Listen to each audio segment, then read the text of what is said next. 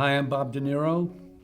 And I'm Eric Newman, the co-creator, executive producer, and showrunner of Zero Day, coming soon on Netflix. And we are playing Freeze Frame for and with Esquire.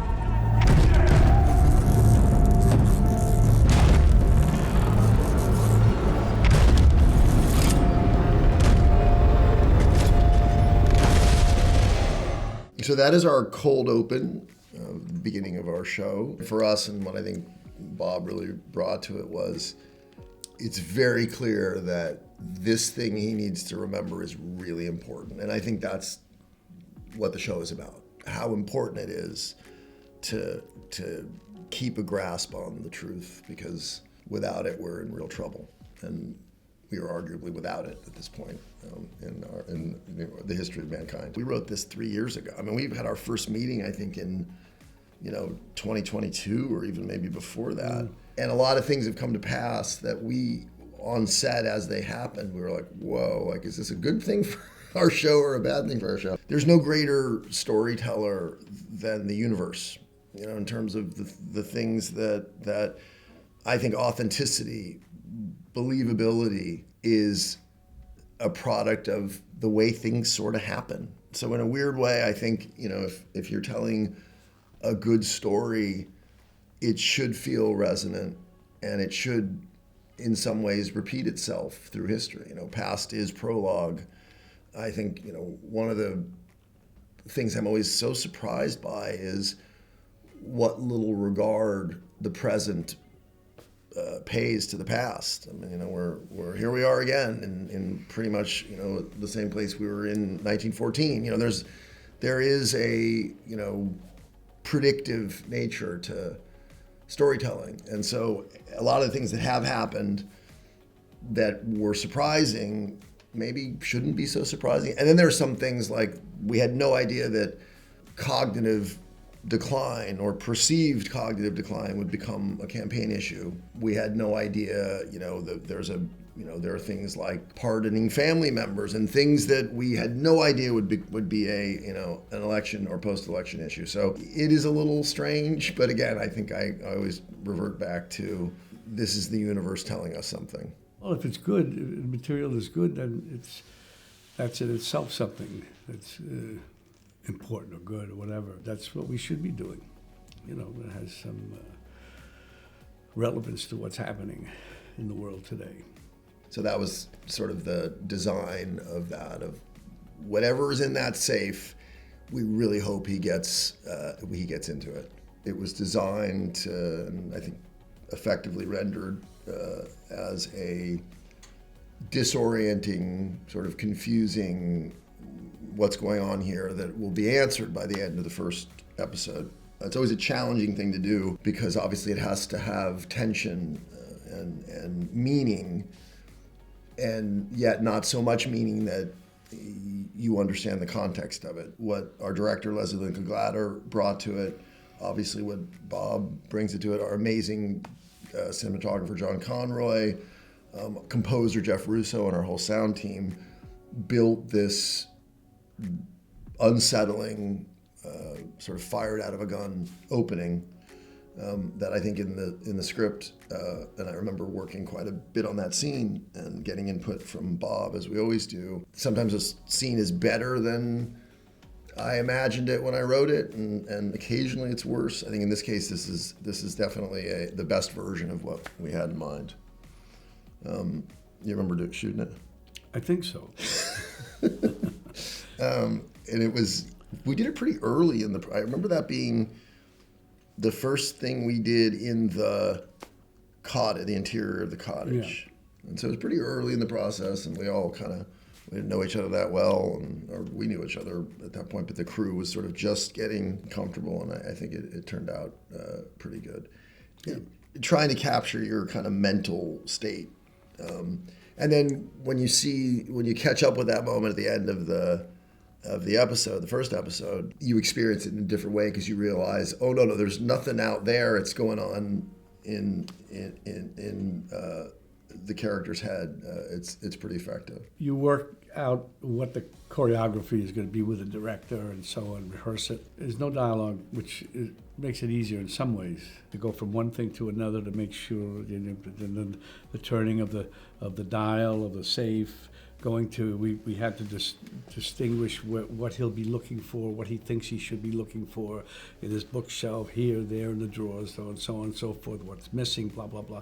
So it's just a series of cuts as it is, and that's it. I got a call from the White House. You see her speech? Yeah. They don't have anything. I really felt for her. I know, which is, I think, why they called me. They thought it would be helpful if you visited some of the rescue sites, rallied the troops, shook hands with the first responders. I don't do that anymore. Someone needs to. You said it yourself. It's obvious they have no clue who did it or why or if it will happen again. Everyone got that same threat delivered to their phones.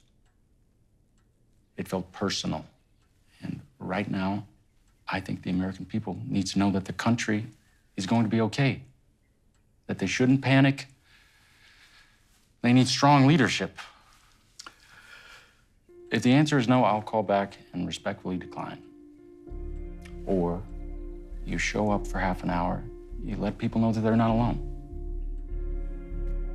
That's one of my favorite scenes in the show, not just because it features two of my favorite actors, and this is their third movie to get the project together, Jesse and Bob. Jesse and I did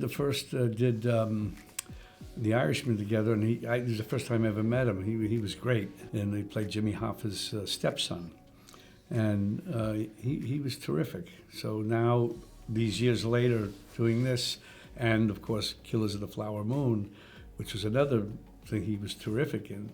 It's interesting. We evolve into, as I say, what we did this in Zero Day. He's terrific. For us, that dynamic, the Roger George Mullen relationship is really important for a variety of reasons.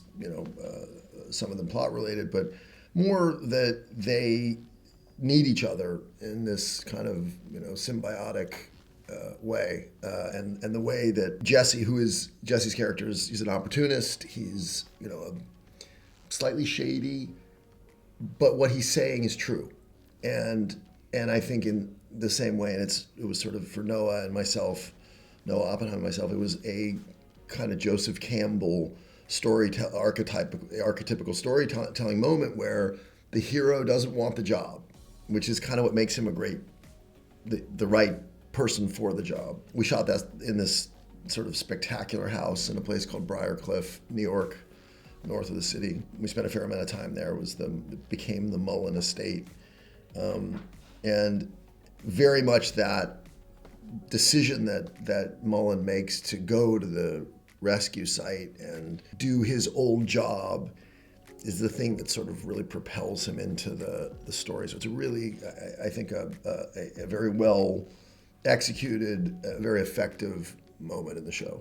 What we felt was what he should represent, and that's the thrust of it. Yeah, there's an aspirational element, I think, for all of us who made the show, that the hope is that when confronted with the truth, however hard it may be to reach, that there is a path, and it's doing the right thing. And so there's a line in the show that in the later episode where they talk about governing the country as it is and not as you wish it was. And the reality is there's a very simple path to being a good leader, and that's confronting reality and doing the right thing. So, and again, this scene for us is very much the beginning of our journey.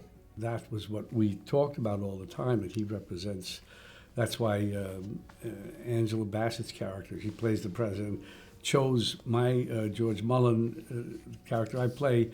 He hasn't been president for 12 years because she knows that he had a good presidency. I'm sure that there were problems, but at the end of the day, he was honest, straightforward, tried to do what was right.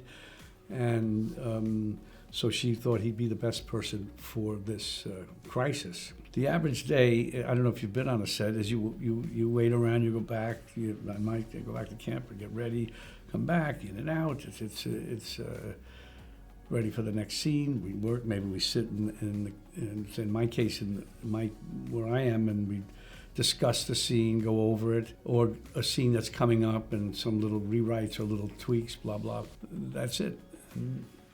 It's a very, very structured day. Regimented.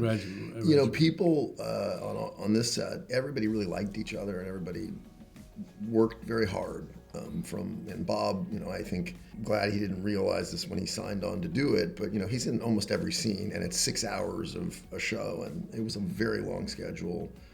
And it helps when, you know, the person that we call number one on the call sheet is working just as hard, if not harder, than everybody else. It sets a really good tone. It was a very happy set for as long and as arduous as the shoot was.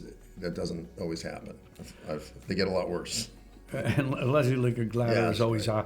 Very upbeat and happy, and I don't know where she gets her energy from, but No, it's that helps. remarkable. You earn your reputation with what you do, especially in those moments. You have so many of those moments. People know all those stories. Some, but not all. Like?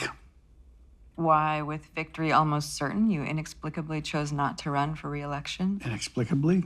You know the answer. Everybody does. There are those who say there were other reasons. Are you one of them? No. But nowadays, gossip not refuted becomes fact. Well, maybe we were just too busy burying our son to bother reading the tabloids. Mr. President, I can't imagine how painful that must have been. But you haven't spoken about it since, and some people just can't. I know it's been a long time since the deadline passed, and I owe your boss either a book or his money back, so tell him the draft is coming very soon.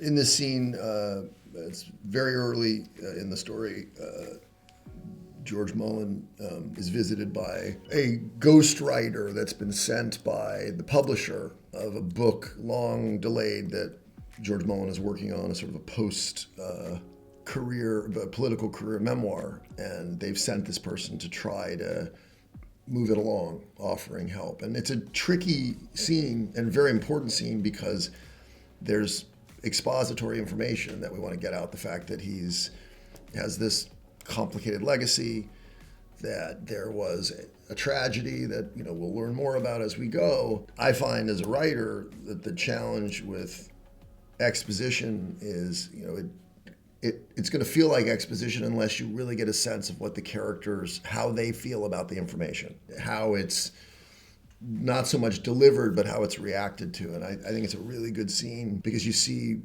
Bob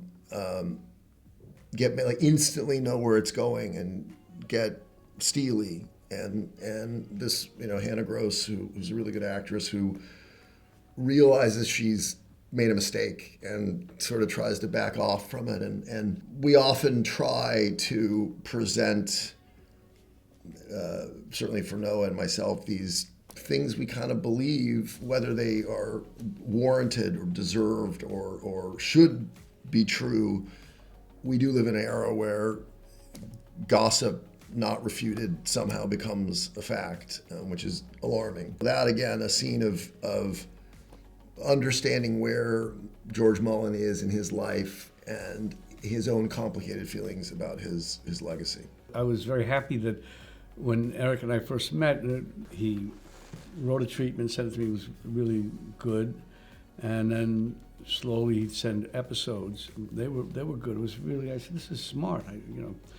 Holding back of an impulse to say things is just what it is. I mean, if the writer, the ghost writer at this point, wants to ask me something, as she does, and my character answers, he can't in that situation accept what he says, and also that's what those are the tracks that the character is on. It's a recurring theme in our show that the relationship we have with the truth, and there are things that we wouldn't admit about ourselves that are true, and this character has a lot that he likely doesn't want to admit and can't admit, and eventually will, but it's a struggle. And so the idea of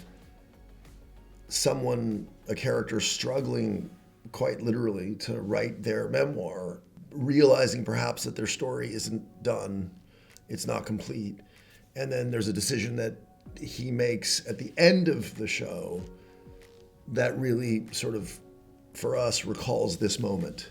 A late ad in our process, we're like, what he should do is this.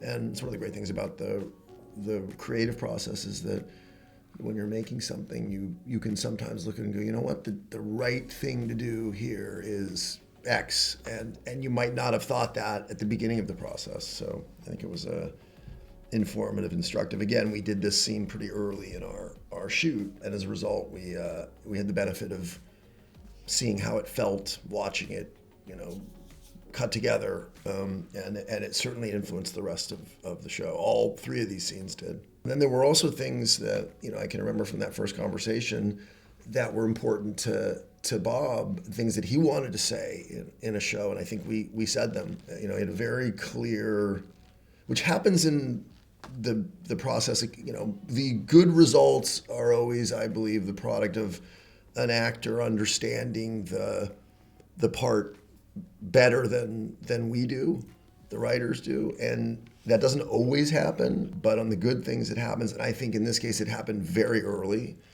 I think, pretty much in that first meeting, I think Bob was like, oh, I understand what kind of guy he needs to be, and I think that's where we ended up. It's a work experience. I mean, there are moments like Eric's talking about, and we had the ability to change things, like certain things, not to give it away, that George Mullen does, that originally were not conceived that way, but we had the luxury, somewhat the luxury, because we were jumping all over the place with the luxury is being able to shoot in actual sequence. Yeah.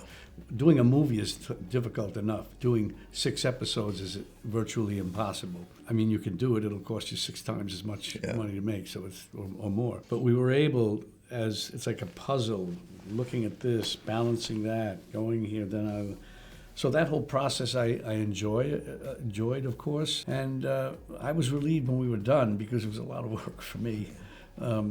Relieved and yet satisfied. We had all worked very hard on this, and the things, the adjustments, the changes were all. I'm glad that we were able to do them. Thank you for watching Freeze Frame with Esquire. This is 0 Day. It's out now on Netflix. We hope you like it.